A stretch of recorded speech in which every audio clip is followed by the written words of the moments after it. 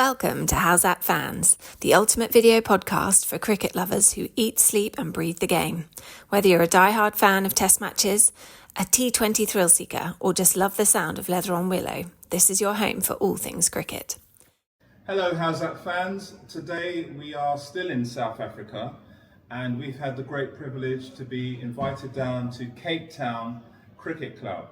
And today I have the great honour of being able to sit next to and have a brief chat with the chairman of Cape Town Cricket Club, Jon. Thank you for inviting me. Thanks for having us. No, not at all. This club, as I've found out, is the second oldest club in South Africa. What's it like being the chairman of that? Yeah, it has its challenges. I mean, there's obviously a great privilege to serve the legacy of this club, which is, I think, 180 odd years old at last count. As much as we have contemporary players and contemporary ways of running the field, running the club on and off the field, we also need to respect that this club was started way before our time. So there's a certain challenge and privilege to serving that legacy. Sure. So just to give us a bit more background in terms of your history in cricket, how did you get into cricket? Yeah, me personally, I mean, I can track this journey quite well. I got into cricket as a 12-year-old, just as an absolute cricket nerd, via my father, collecting cricket memorabilia, going to local matches at Buffalo Park in East London, collecting autographs. Getting into cricket scoring was my first sort of touch point, then cricket umpiring, then back to scoring. I actually only started formally, properly playing as a 29-year-old at this cricket club in 2009. And therefore you can work out my age is 43. Okay.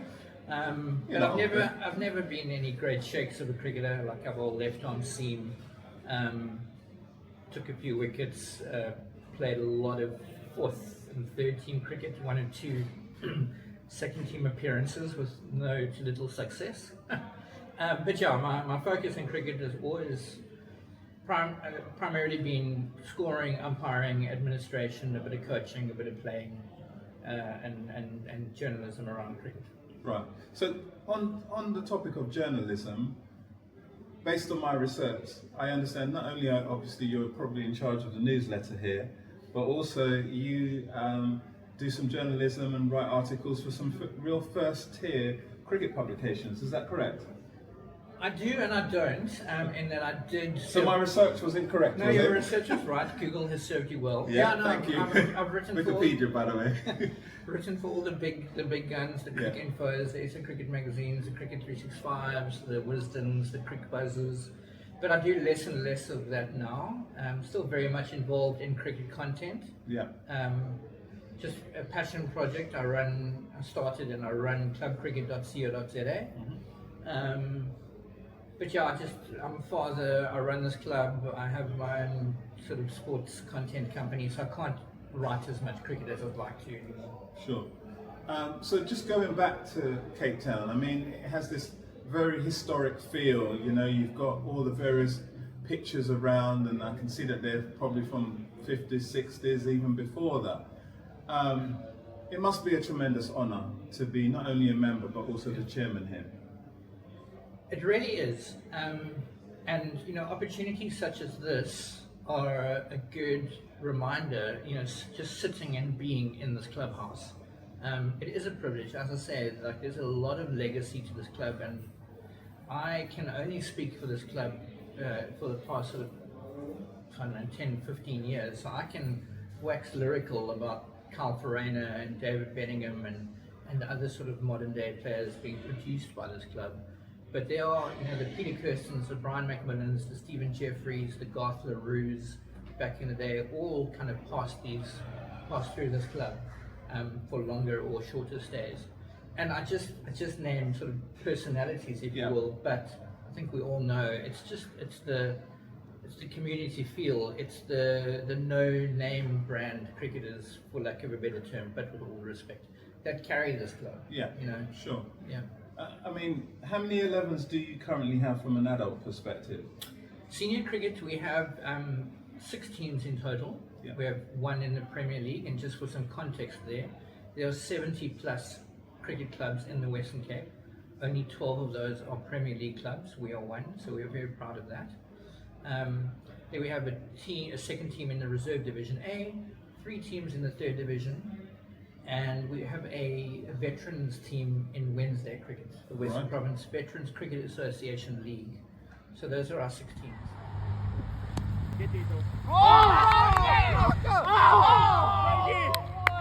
Frankie, that's exceptional. On Valentine's Day, please. Oh, Alex. Yes. Please. Oh my God.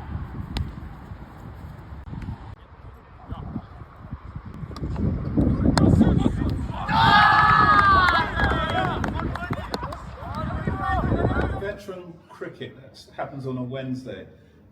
Is it post 40 years of age or post 50? It's 40 plus. Right. The bylaws are a little bit loose there to just encourage older guys to start playing, even if they're not quite 40 yet. I stand to be corrected. And actually, one of our life members and current chairman of the Veterans Cricket Association of South Africa, Roger Malt, started, if not helped start, this whole veterans product around the Western Cape, around South Africa. And how successful has that product been? It looks very successful. I've competed in a few veterans games. It's a proper production. It's got great value. I think, and I don't speak for Roger, but what he's successfully done is brought guys who retired from competitive cricket in whatever, their late 20s, early to mid 30s, and now have a renewed space in the 40-year-old, 50-year-old, and 60-year-old cricket fraternity. Sure. So, such an iconic club within South Africa, do you have an exchange international program, or do you attract players from overseas? So we don't have a formal exchange program, but it's commonplace. Guys from England, whether they be amateur, semi-professional, fully professional, come and spend the South African summer here, the UK winter here. Yeah. Right now in the background we've got Robin Duss from Essex, who's playing for us this season and did so last season as well. How's he done?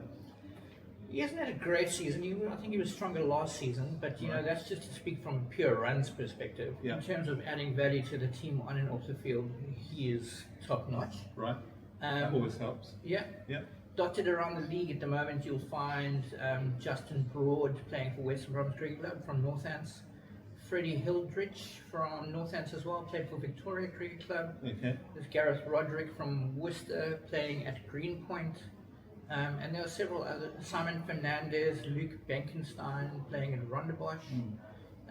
Several other really good examples of, as I say, semi-professional or professional county cricketers playing amateur cricket in Cape Town. But surely raises the standard of the current cricket, doesn't it? It does, yeah. I mean, that's always been a debatable point. Is an overseas pro keeping a local out of the 11? I say no to that. It absolutely raises the standard. And the Western Province Cricket Association recently introduced a new law in which previously you could only have 1 overseas pro per 11. That stands for your first 11, but in your second 11 now you can have 2 overseas. Sure. Not pros, but pros or players. So just for clarity, for somebody that doesn't know, when you said Western Province, that's the area of Cape Town, is it not? It's the province that Cape Town is in. So by example, let me try a bad example here.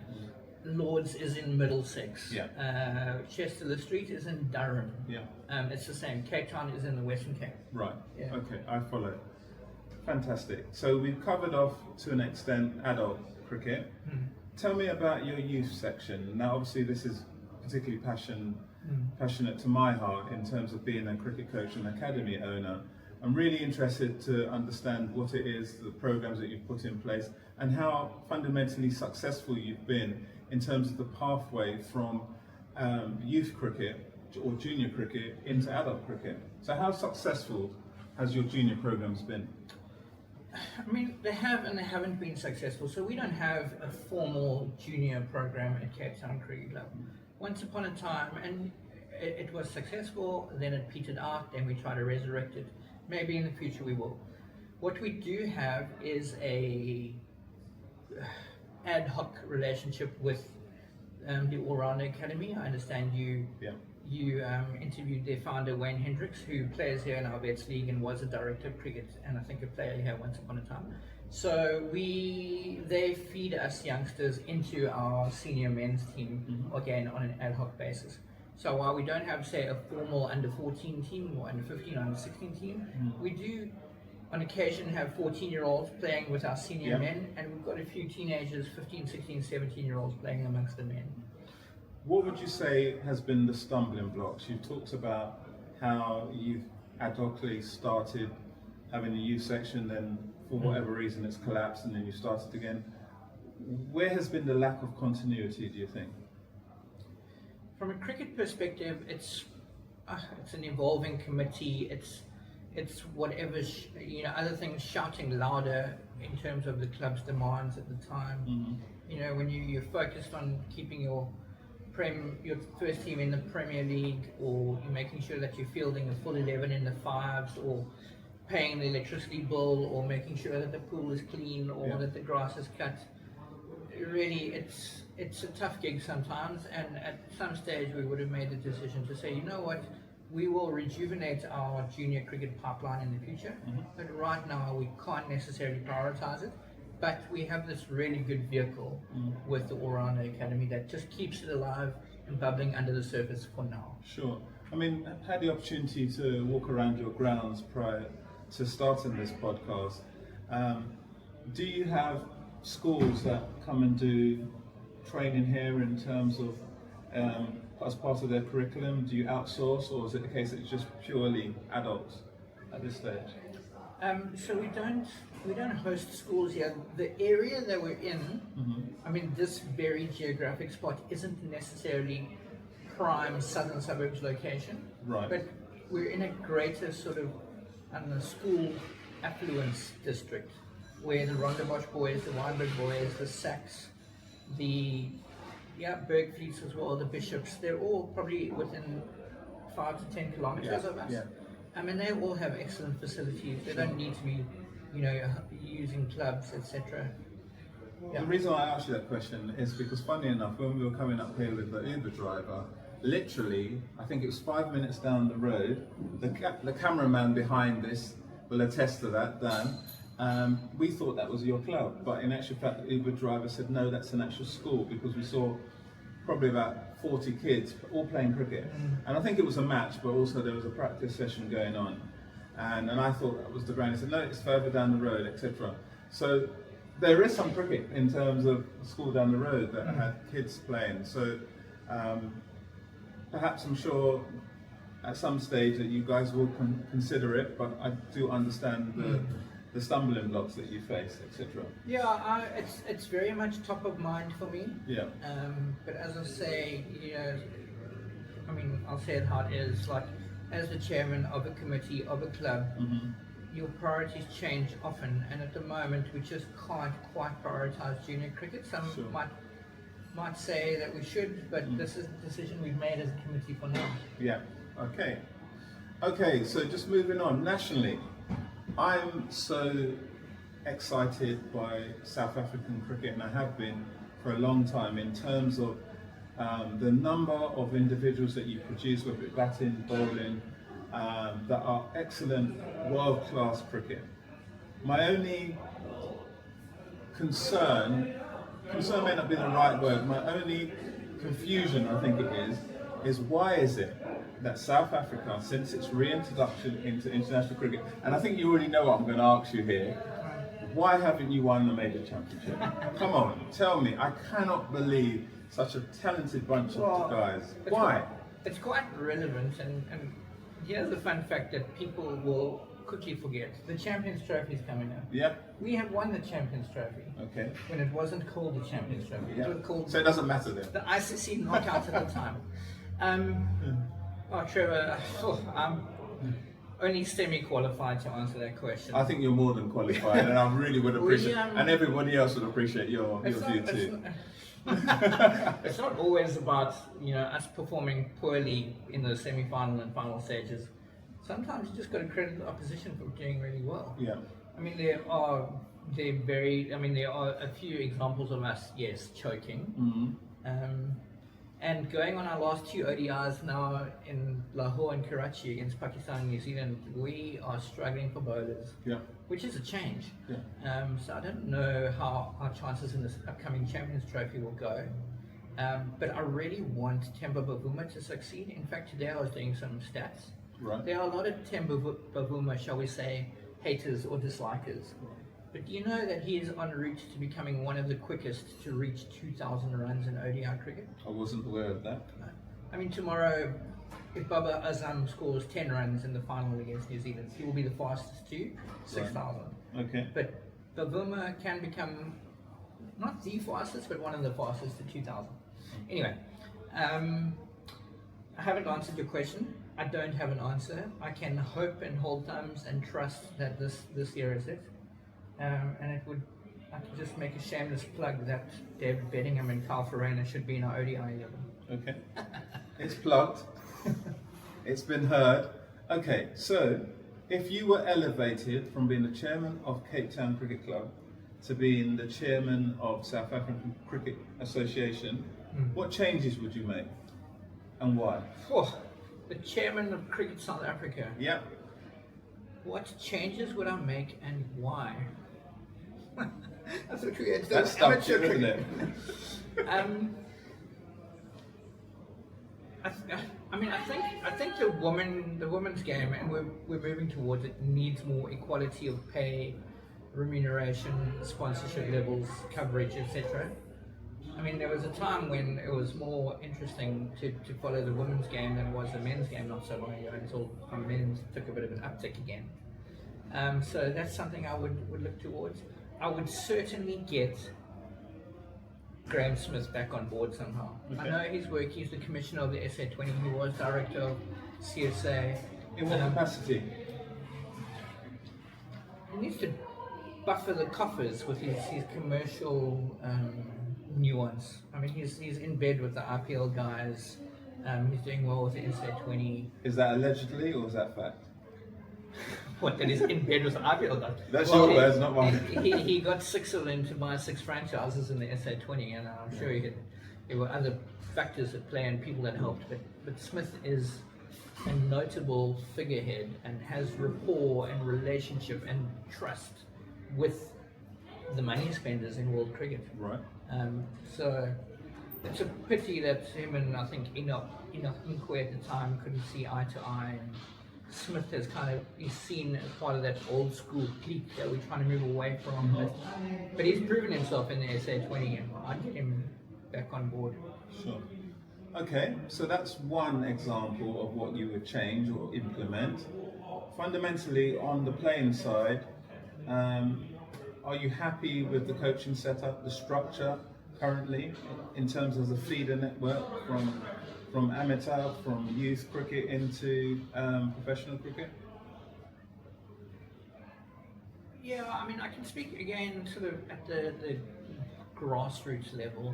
I would love more Premier League and 1A, First Division A club cricketers to be getting a look in at Colts level and then professional franchise level, which kind of speaks to the start of that feeder system. At the moment, they don't really. I feel they don't really. And then a bit higher up, I know there's talk, we have, I think 4 years or 3 years ago, we restructured our provincial setup, moved away from franchise cricket, created 2 divisions, more competition. There's talk of restructuring that again, just to make the quality and the level of cricket more competitive. So I think that's a change worth making. The mechanics or the how, I don't know yet. Which can only empower the top echelons from the bottom up. Yeah, exactly. Okay, 2 random questions. I'm just going to get you off the hook now. All right. 2 players to look out for. One from a batting perspective, second one from a bowling perspective. Who would you recommend and why? At franchise level. Yeah. From a bowling perspective, I think they've done well to get Gideon Peters into the mix quite early. He's been in this Protest Tri-Series squad, although he hasn't debuted. He started, I think he was playing at Border in Division 2 and then moved over to Northwest. Right. I know he's at Northwest now, which is in Division 1. I think he started at Border.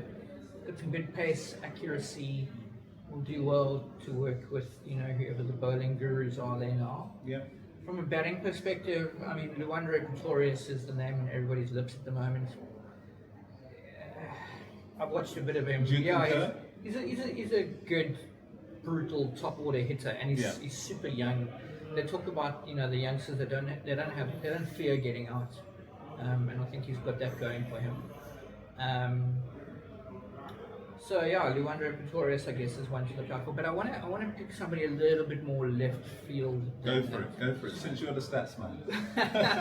And I have been looking at a lot of stats recently. Sure, but I don't know one off the top of my head, to be honest. Okay. I know they've gotten so I don't back this choice, but they've gotten Mikael Prince into the mix, also from Northwest. That's a little bit left field for me, from Rob Walters and company. But yeah, any other names kind of elude me at the moment. But Okay. I will say again, and remember that this interview is lined with me wearing my Cape Town Cricket Club cap. Indeed. Bedingham and Farina are the future. Mm-hmm. They should be probably not the T2011, but definitely the ODI, and as they are the Test 11. Okay.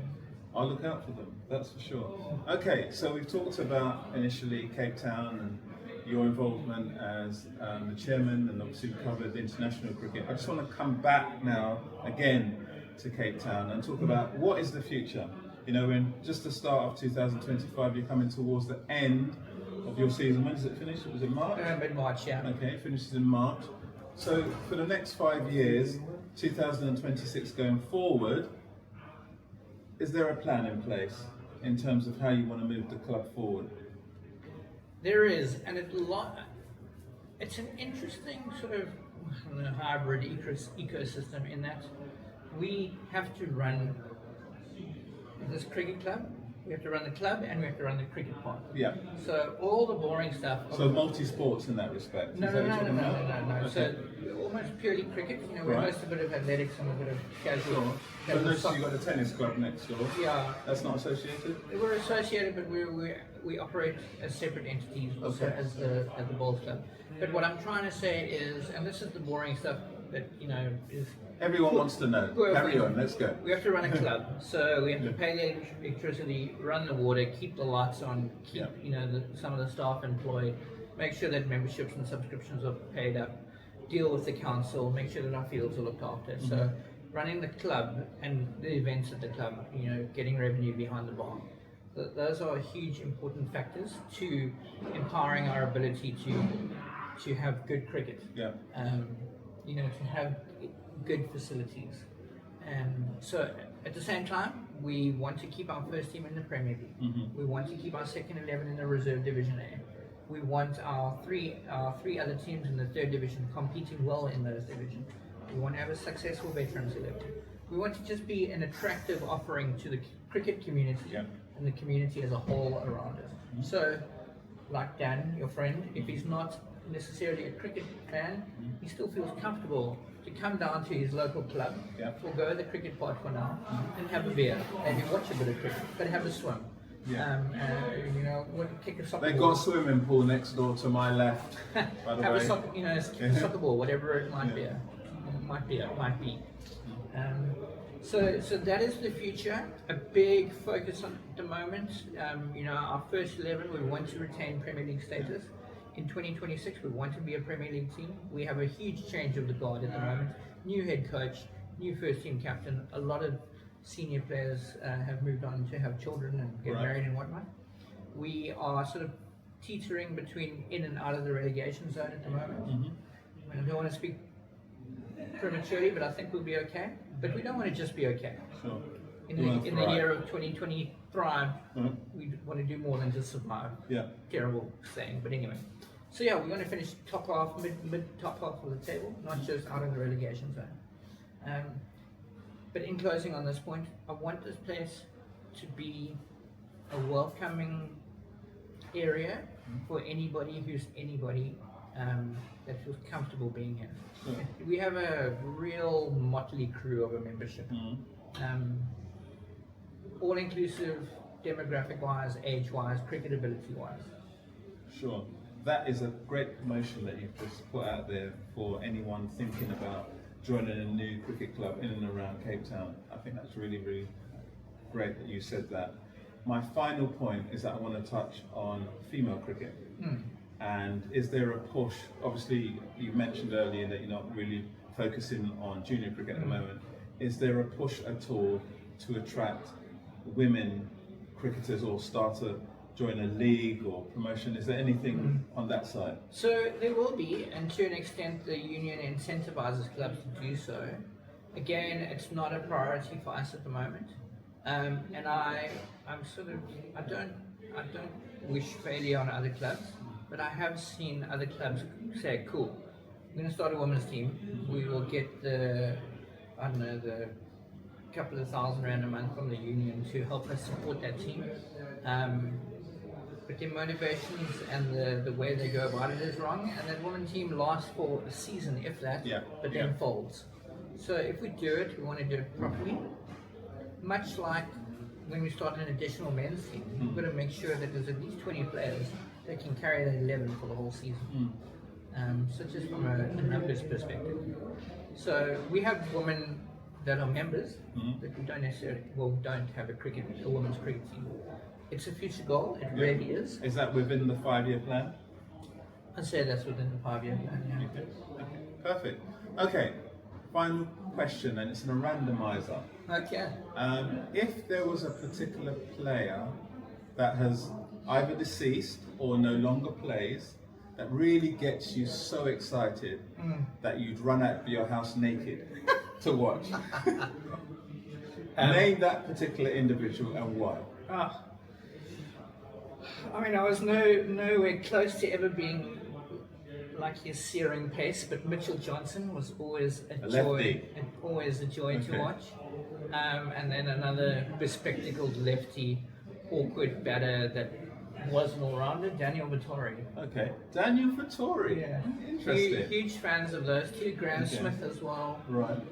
Deceased-wise, you can't look past Shane Warne. I mean, Sure. I don't ever think I got to see Shane Warne bowl live. I spoke about memorabilia and autographs later. I think I have Warne's autograph, but I won't remember how I acquired it. Sure. Maybe at the local Holiday Inn in East London. In terms of, so not dead and not retired, but still playing, always enjoy watching Quinton de Kock. So if I could see him, again, another left-handed, if I could see him open the batting again. Is that because you are a left-arm spinner? Or was a left-arm spinner? Seamer. Okay, that's to be corrected.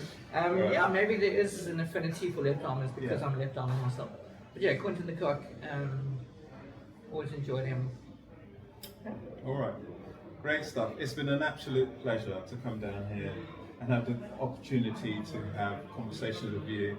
And also, I've had a rum and coke and I've not slurred. You've got your beer over there and you haven't been tempted to grab it. So I must be saying something right. I really appreciate your time.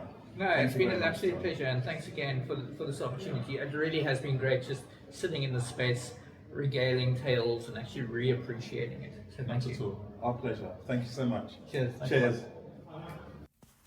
And that's a wrap for this episode of How's That Fans. A huge thank you to our sponsor, Stump Zone, the #1 indoor cricket facility in London.